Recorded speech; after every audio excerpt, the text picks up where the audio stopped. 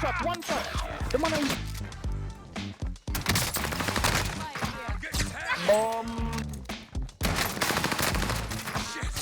Okay, shotgun uses son of a...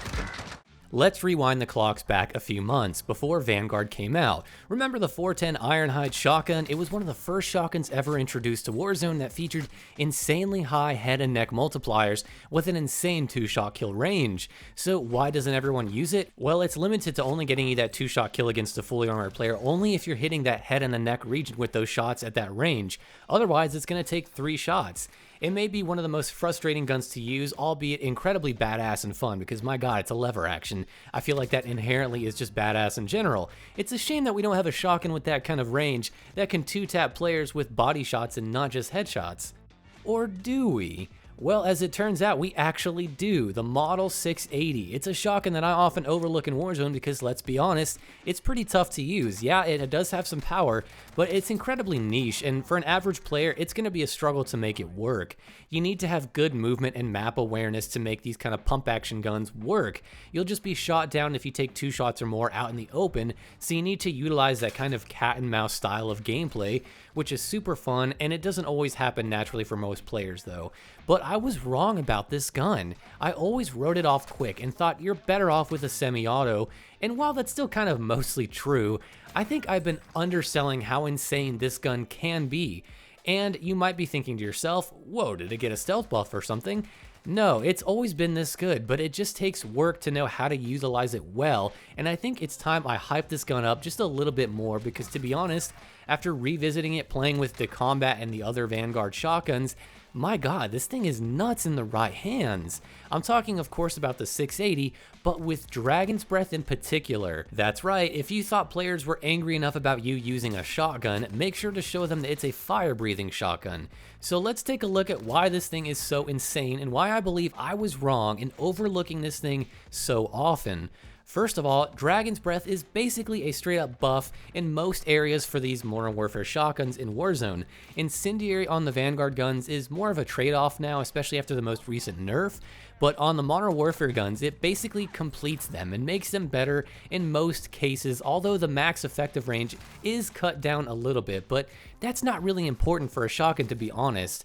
The base Model 680 can 2-tap up to around 5 meters on its own. That's really nothing special. Now when you add the Marauder Suppressor and the Sport Barrel to get the most range though, it goes up to around 7 meters, give or take just a few tenths of a meter, and that really isn't that great, especially considering these attachments really slow you down. So why is Dragon's Breath so good? Well, we'll take that base gun and let's extend that 2-shot range. With no attachments, you can get around a 7.9 2-shot kill with the base gun with Dragon's Breath only. This is again with no attachments except Dragon's Breath. That's kind of absurd, the difference between the two really already. So when we stack those same attachments that we had before, we end up getting a 2-shot range, even with EOD equipped, up to around that 11 meter mark. 11 meters is absolutely no joke. The combat shotgun with Incendiary doesn't even reach that range at all, and really it can't get past 9 meters anymore. To give you an idea, the 410 Ironhide, the other shotgun really with that kind of range, can reach 11 meters as well, but it's limited to the head and neck region for 2 shots at that range, like I mentioned earlier, so it's a lot harder to use well. But the Model 680 with Dragon's Breath, my god, it reaches that with body shots. If you can manage to combine that power with good movement, it's kind of nutty how strong you can be on Rebirth especially. The only downside to running a build like this is that the aim down sights and movement speed are hurt because the Sport Barrel and the Marauder both hurt your movement speed and your aim down sight speed by a good bit for each attachment.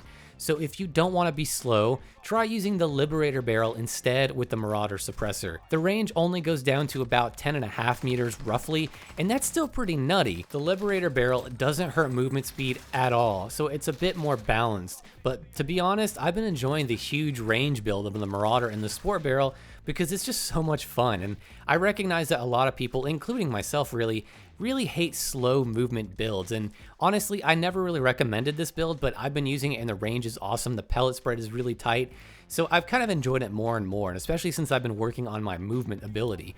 Hell, you could even just rock the Marauder Suppressor on this gun alone, and you'll still get around a 9.5 meter 2-shot kill.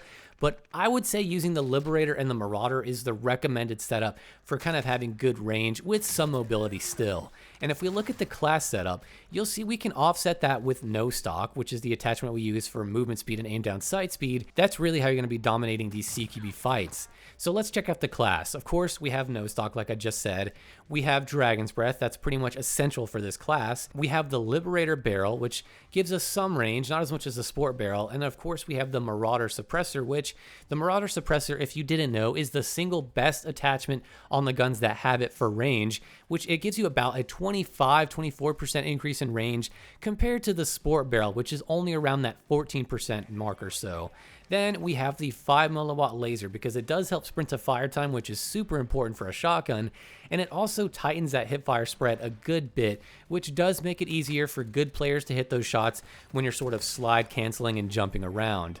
The bottom line is if you are using this gun without Dragon's Breath, you are using it wrong. It really adds a lot to this gun, and even though it doesn't one-shot, I don't think it really needs to.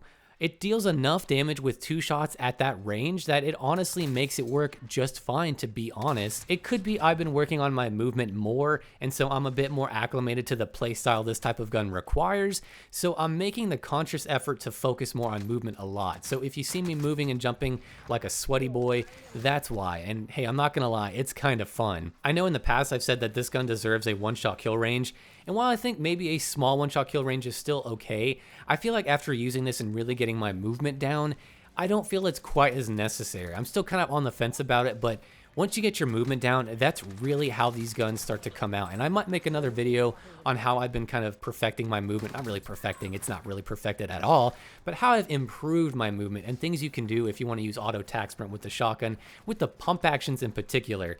But that's just about gonna do it. And at the end of the day, this thing can wreck some ass, man, and like it's probably one of the best high risk reward setups for shotguns now. If you want to use a pump action, this just might be the best option, to be honest. But maybe I'll make a video comparing the other 2 pump actions we have, the Howler and the Combat Shotgun. Maybe I'll make that video soon and just kind of compare the 2 and see which ones are the best to rock. So let me know what you think down below in the comments. Do you think this gun, I'm overhyping it? Do you think it still deserved a one-shot kill range? Do you think this gun is just overpowered as hell? And with all that being said, guys, I will see you in the next video. Enemy UAV active.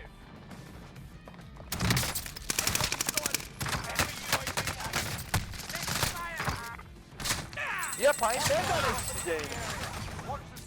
Enemy UAV active.